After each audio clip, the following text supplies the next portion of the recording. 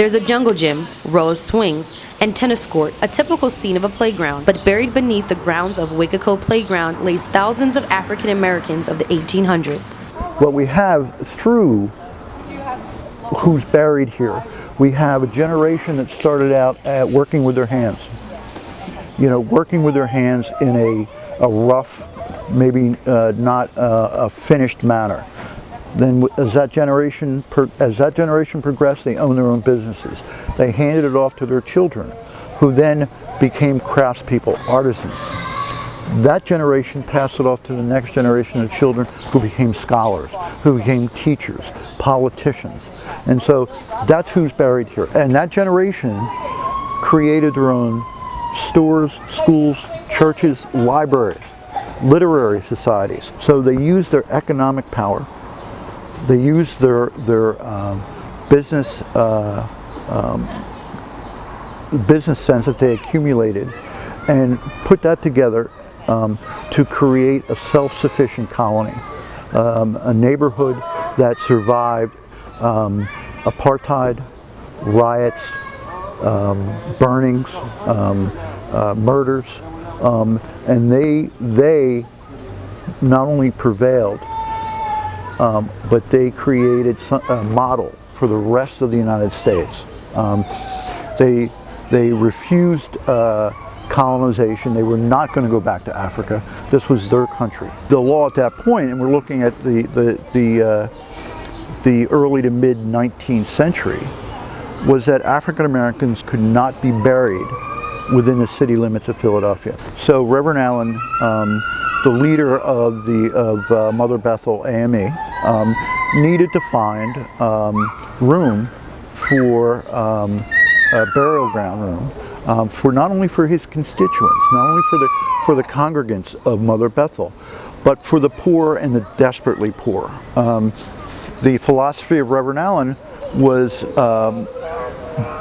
first reflected in the Free African Society, that you take care of the widows and children, you educate the children, you clothe and feed the poor, and you provide respectable burials for the poor. When Richard Allen passed away and subsequent bishops took over Mother Bethel, they didn't quite have the focus or the priorities that Bishop Allen had. And I think that had to do a lot with the funds that were available.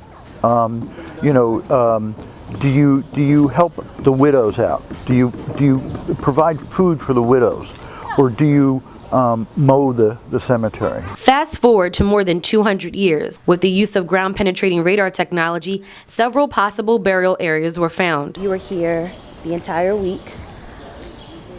Can you describe to me the scene? One of the areas that were picked was this area right here.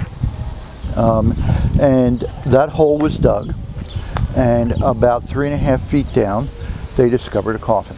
I'm standing in Weccacoe Playground.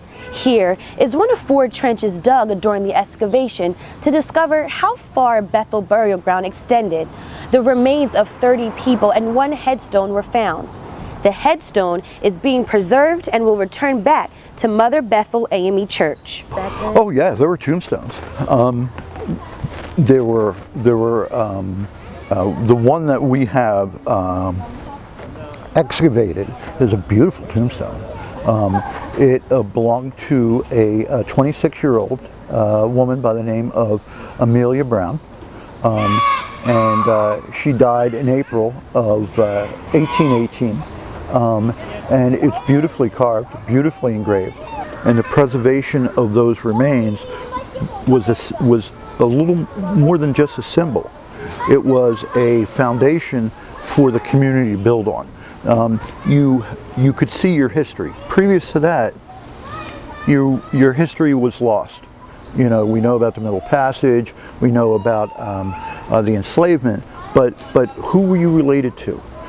And I think more than anything else, what this burial ground shows is the focus of family. That what we have here is a beautiful family structure where family members took care of family members, and there was a genesis of dedication to the ancestors.